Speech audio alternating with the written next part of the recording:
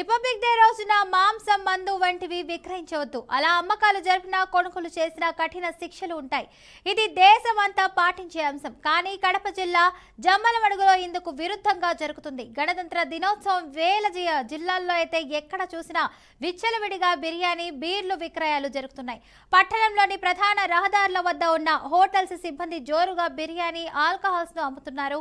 మద్యం దుకాణాలలో ప్రధాన ద్వారాలను మూసివేసి వెనక వైపు ఉన్నటువంటి మార్గాలతో షాపు యాజమాన్యులు అయితే అమ్ముతూ సొమ్ము చేసుకుంటున్నారు. గణతంత్ర దినోత్సవం సందర్భంగా మద్యం విక్రయాలు చేస్తున్న అధికారులు, పోలీసులు నిమ్మకు నీరెత్తున్నట్లు వ్యవహరిస్తున్నారు.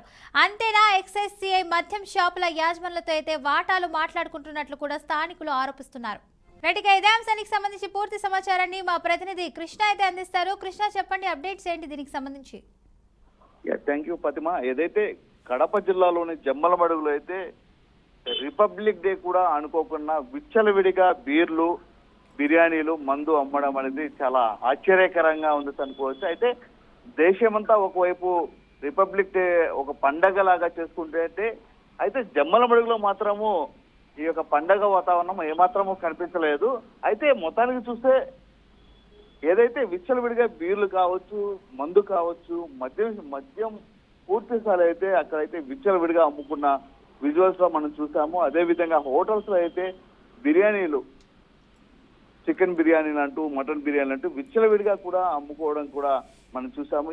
ఈ నేపథ్యంలో చూస్తే పూర్తి స్థాయి అయితే మద్యం దుకాణాలు ప్రధానంగా చూస్తే అయితే ఏదైతే మనం వాస్తవంగా చూసుకుంటే పూర్తి స్థాయి అయితే ఈ యొక్క మద్యం కావచ్చు, అదేవిధంగా జిల్లా వ్యాప్తంగా కూడా పలు చోట్ల కూడా ఈ యొక్క మద్యం పూర్తి స్థాయిలో అయితే అమ్ముకోవడం కూడా జరుగుతుంది. అదేవిధంగా మనం చూస్తున్నాం. అయితే మొత్తానికి ఏది ఏమైనప్పుడు కూడా ఇలాంటి వాటిపైన నిఘా పెట్టకుండా పూర్తి స్థాయి అయితే పోలీస్ శాఖ వారు కావచ్చు, అదేవిధంగా శాఖ వారు కావచ్చు, అయితే పూర్తి స్థాయి అయితే చేతులెత్తిన పరిస్థితి అయితే మనం చూస్తాం.